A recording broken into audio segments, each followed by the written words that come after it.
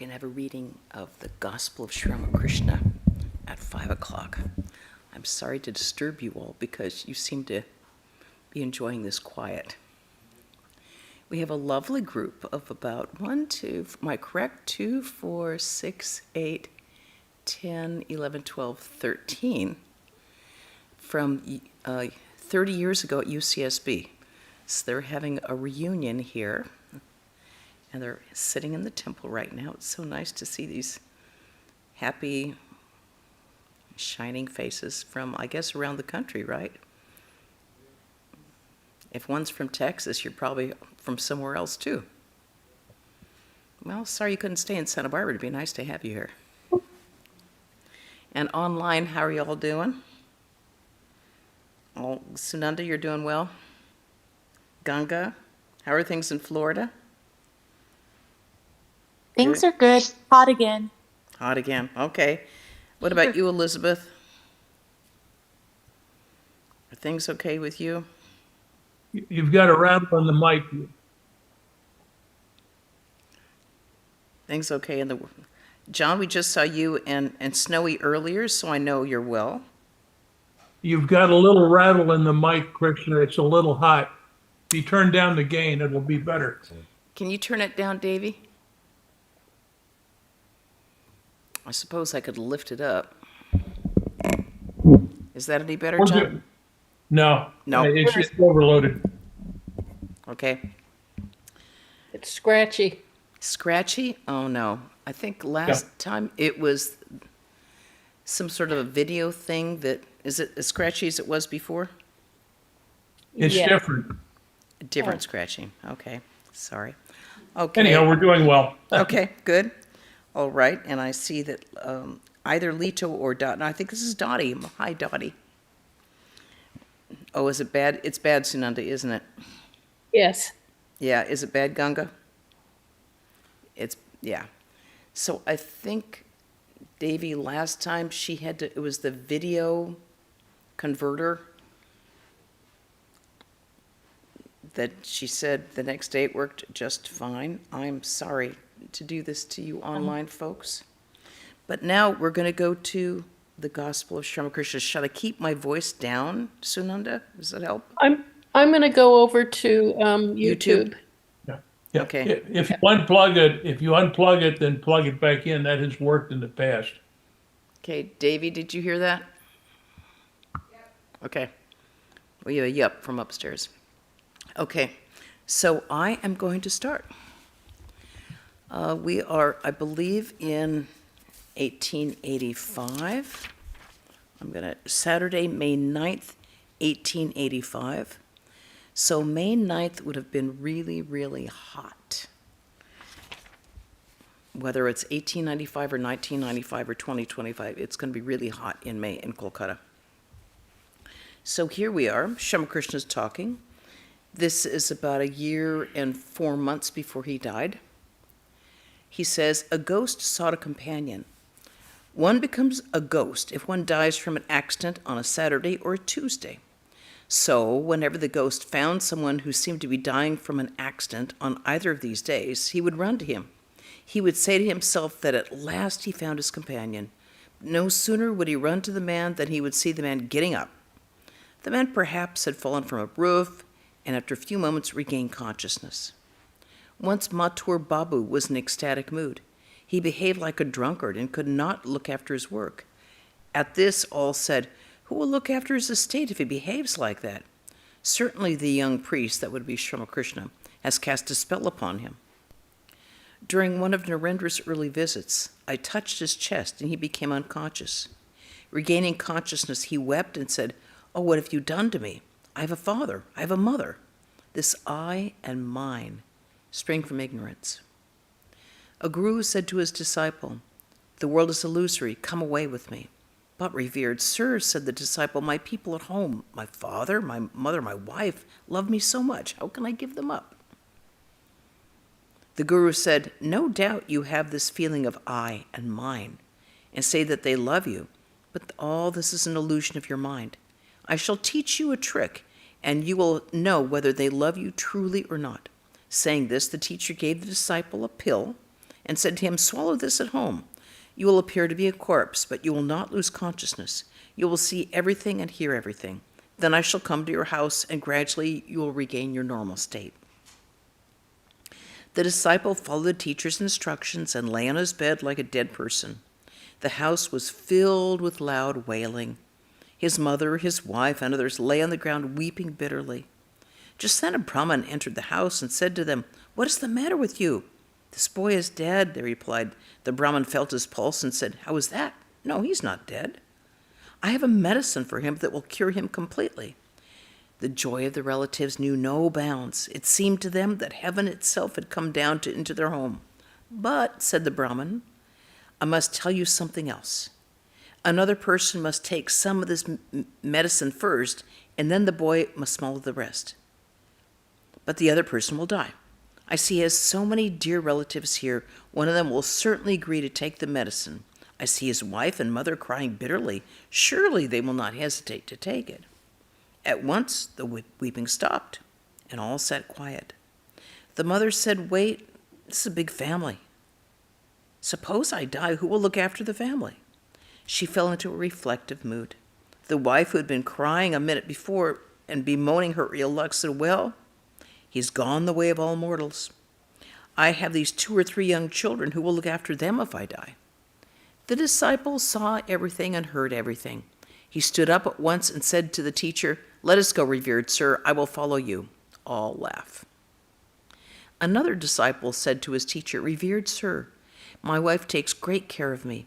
It is for her sake that I cannot give up the world." The disciple practiced hatha yoga.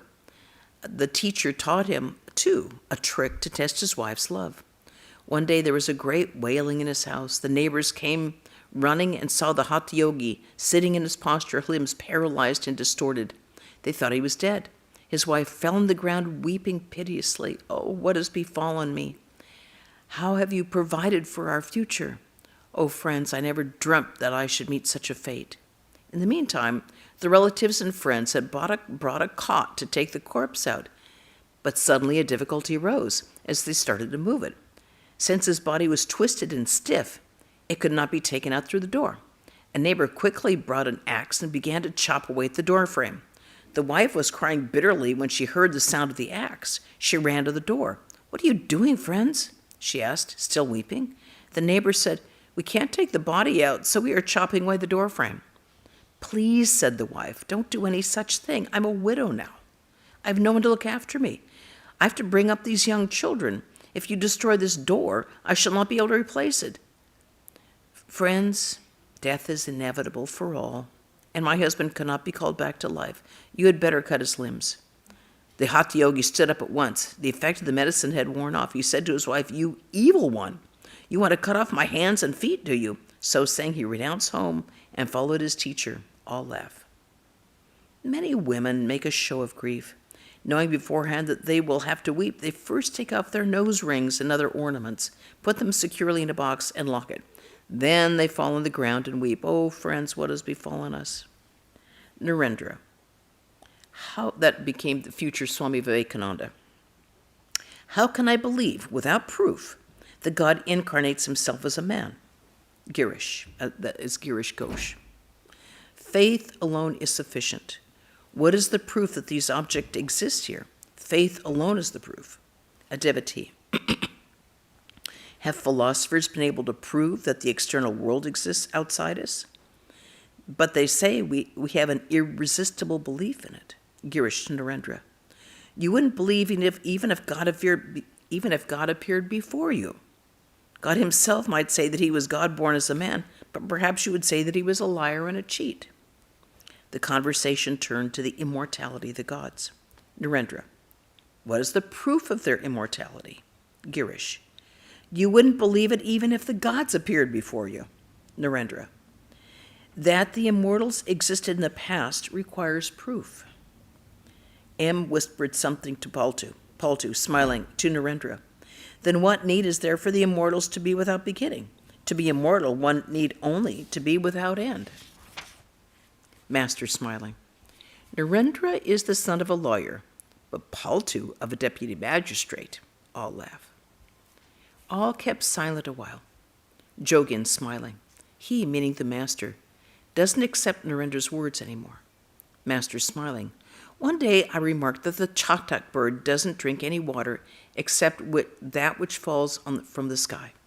Narendra said, the chatak bird drinks ordinary water as well. Then I said, the Divine Mother, Mother? Then are my words untrue? I was greatly worried about it. Another day later on, Narendra was here. Several birds were flying about in the room. He exclaimed, there. What is there? I asked. He said, there's your chatak. I found they were only bats. Since that day, I don't accept what he says. All laugh.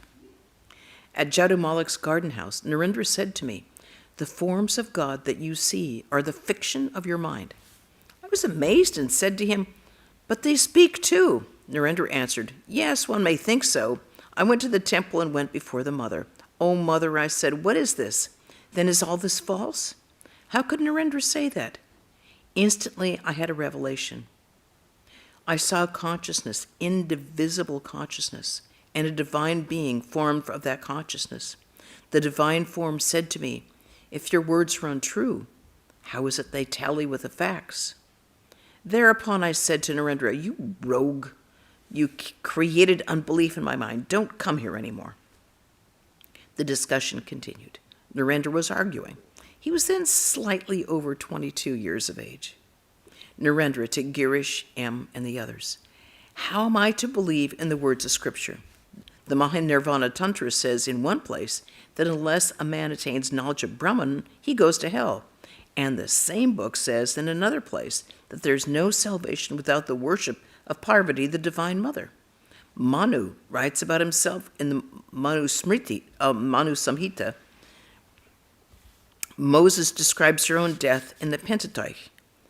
The Sankhya philosophy says that God does not exist because there is no proof of his existence. Again, the same philosophy says that one must accept the Vedas and that they are eternal. But I don't say that these are not true. I simply don't understand them. Please explain them to me. People have explained the scriptures according to their fancy. Which explanation shall we accept? White light coming through a red medium appears red, through a green medium, green. A devotee. The Gita contains the words of God. Master. Yes, the Gita is the essence of all scriptures. A sannyasi may or may not keep with him any other book, but he always carries a copy of the Gita.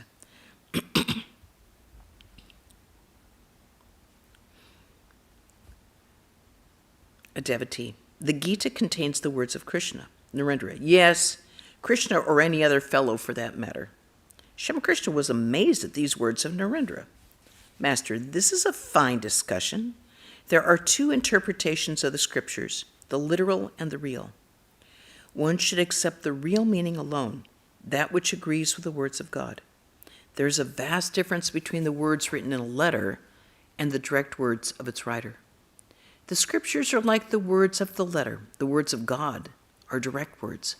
I do not accept anything unless it agrees with the direct words of the Divine Mother. The conversation again turned to the Divine Incarnation. Narendra, it is enough to have faith in God. Yeah, so he says, it is enough to have faith in God. I don't care about what he's doing or what he hangs from. Infinite is the universe. Infinite are the incarnations. As Sri Ramakrishna heard the words, infinite is the universe, infinite are the incarnations, he said with folded hands, ah. M whispered something to Pavanat. Pavanat. M says, as long as I have not seen the elephant, how can I know whether it can pass through the eye of a needle? I do not know God.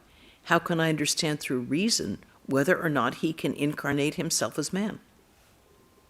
Master, everything is possible for God. It is he who casts the spell. The magician swallows the knife and takes it out again. He swallows stones and bricks. A devotee. The Brahmos say that a man should perform his worldly duties. He must not renounce them. Girish. Yes, I saw something like that in their paper, the Sulabha Samachar. But a man cannot finish all the works that are necessary for him in order to know God, and still he speaks of worldly duties. Sri Ramakrishna smiled a little, looked at him, and made a sign with his eyes as if to say, what he says is right. and understood that this question of performing duties was an extremely difficult one. Purna arrived. Master, who told you about our being here? Purna, Sarada. Master, to the woman devotees. Bring him some refreshments. Narendra was preparing to sing. The master and the devotees were eager to hear his music. Narendra sang, Shiva, thy ready thunderbolt rules over the meadows, hills, and sky. O God of gods, O slayer of time, thou the great void, the king of dharma. Shiva, thou blessed one, redeem me, take away my grievous sin. He sang again, Sweet is thy name, O Lord, O refuge of the humble. It falls like sweetest nectar on our ears and comforts us, beloved of our souls. Again, why, all mine, do you never call on him who takes away all fear of danger? Tricked by delusion, you forget yourself. Enamored of the world's bleak wilderness, alas, what mockery is here.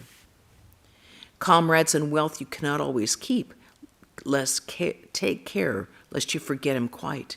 Give up the false, O mind, adore the real, and all the grief and will vanish from your life. Keep my good counsel in your heart. With sounding voice proclaim Lord Hari's name, and cast away your false desires. If you would cross the ocean of this life, surrender to him body, mind, and soul, and worship him with trusting love. Paul 2. Won't you sing that one? Narendra, which one? Paul 2. When I behold thy peerless face. Narendra sang, When I behold thy peerless face beaming with love, O Lord, what fear have I of earthly woe or the frown of sorrows?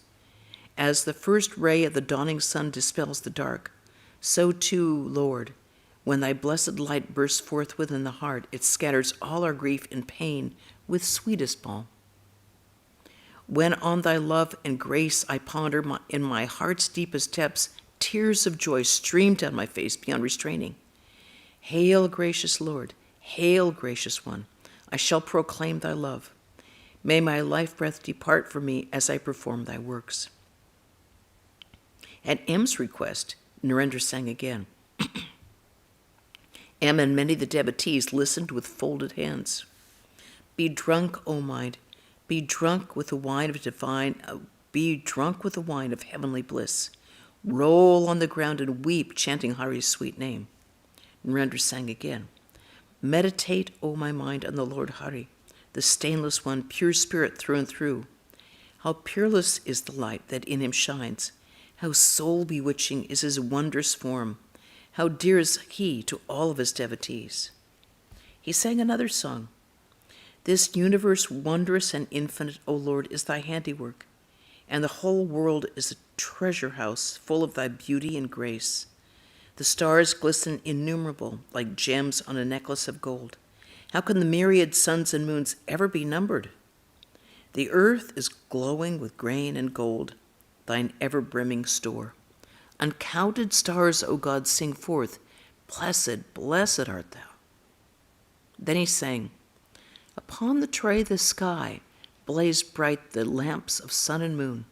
Like diamonds shine the glittering stars to deck thy wondrous form. He continued, Fasten your mind, O man, on the primal Purusha, who is the cause of all causes, the stainless one, the beginningless truth. As prana, he pervades the infinite universe. The man of faith beholds him, living, resplendent, the root of all. At Narayan's request, Narendra sang, Come, come, mother, doll of my soul, my heart's delight. In my heart's lotus come and sit, that I may see thy face. Alas, sweet mother, even from birth I have suffered much, but I have borne it all, thou knowest, gazing at thee. Open the lotus of my heart, dear mother, reveal thyself there. Then Narendra sang a song of his own choice. In dense darkness, O mother, thy formless beauty sparkles. Therefore the yogis meditate in a dark mountain cave. As Sri Ramakrishna heard this soul-enthralling song, he went into samadhi. Narendra sang again, Be drunk, O mind, be drunk with the wine of heavenly bliss. The master, that's Sri Ramakrishna, was in samadhi. He was sitting on a pillow, dangling his feet, facing the north and leaning against a wall. The devotees were seated around him. In an ecstatic mood, Ramakrishna talked to the Divine Mother. He said, "I shall take my meal now. Art thou come? Hast thou found thy lodging and left thy baggage there and then come out?" He continued, "I don't enjoy anybody's company now. Why should I listen to the music, Mother? That diverts part of my mind to the outside world." The Master was gradually regaining consciousness of the outer world. Looking at the devotees, he said, "Years ago, I used to be amazed to see people keeping koi fish alive in a pot of water. I would say, how cruel these people are. They will finally kill the fish." But later, changes came over my mind. I realized that bodies are like pillowcases. It doesn't matter whether they remain or drop off. Bhavanat. Then may one injure a man without incurring sin? Kill him? Master, yes. It is permissible if one has attained that state of mind, but not everyone has it. It is the state of a Brahmagyana. It is the state of Brahmagyana. By coming down a step or two from samadhi, I enjoy bhakti and bhakta. There exists in God both vidya and avidya. Vidya Maya leads one to God, and avidya Maya away from him. Knowledge, devotion, compassion, and renunciation belong to the realm of vidya. With help of these, a man comes near God. One step more and he attains God. Knowledge of Brahman in that state, he clearly feels that he sees that it is God who's become everything. He has nothing to give up and nothing to change, nothing to accept. It is impossible for him to be angry with anyone. One day I was riding in a carriage and I saw two prostitutes standing on the veranda. They appeared to me to be embodiments of the Divine Mother. I saluted them. When I first attained this exalted state, I could not worship Mother Kali or give her the food offering. Haladhari and Hridoy told me on account of this the temple officer had slandered me. But I only laughed. I wasn't the least angry. Attain Brahmagyana, and then roam about enjoying God's Leela. A holy man came to town and went out seeing the sights. He met another sadhu, an acquaintance. The latter said, "I see you are gadding about. Where's your baggage? I hope no thief has stolen it." The first sadhu said, "Not at all. First, I found a lodging, put my things in the room in proper order, and locked the door. Now I'm enjoying the fun of the city." All laugh. Bhavanat. These are very lofty words. M to himself. Tasting God's Leela after Brahmagyana, coming down to the ordinary plane of consciousness after the attainment of samadhi. Master to M and the others. Is it an easy thing to obtain the knowledge of Brahman? It is not possible unless the mind is annihilated. The Guru said to the disciple, "Give me your mind, and I shall give you knowledge." In this state, one enjoys only spiritual talk and the company of devotees. To Ram. You are a physician. You know that medicine works only when it mixes with the patient's blood and becomes one with it. Likewise, in the state of Brahmagyana, one sees God both within and without. One sees that it is God himself who has become the body, mind, life, and soul. Master to himself. M to himself. Assimilation. Master. A man attains Brahmagyana as soon as his mind is annihilated. With the annihilation of the mind dies the ego, which says, I. One also attains the knowledge of Brahman by following the path of devotion. One attains it by following the path of knowledge, that is to say, discrimination. The Gyanis discriminate, saying, neti, neti, that is, all this is illusory, like a dream. Then they analyze the world through the process of not this, not this. It is Maya. When the world vanishes, only the jivas, that is to say, only so many egos, remain. Each ego may be likened to a pot. Suppose there are 10 pots filled with water, and the sun is reflected in them.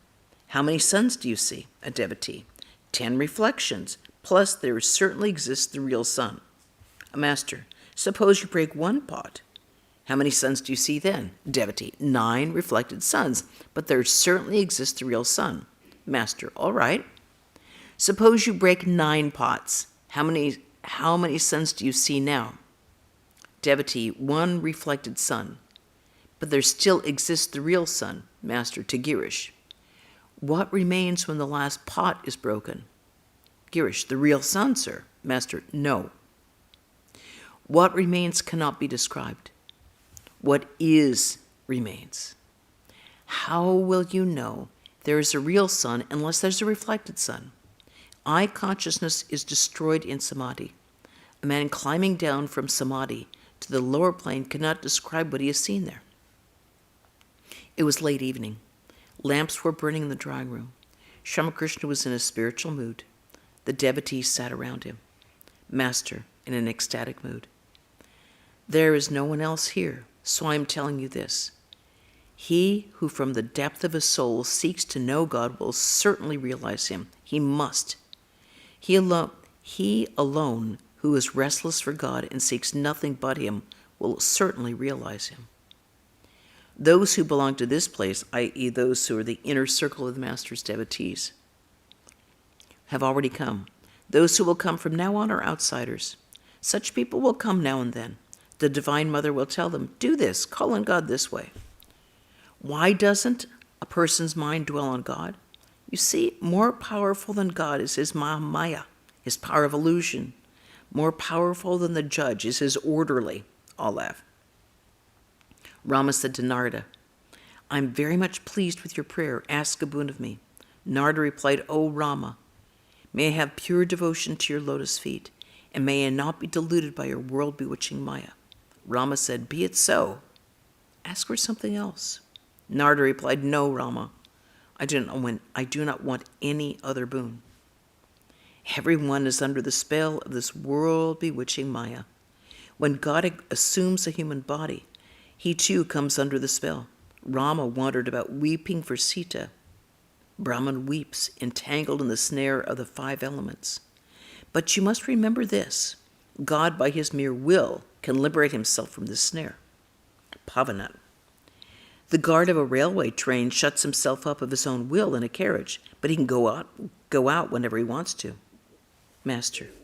The Ishvara Kodis, divine incarnations, for instance, can liberate themselves whenever they want to, but the Jiva Kotis cannot.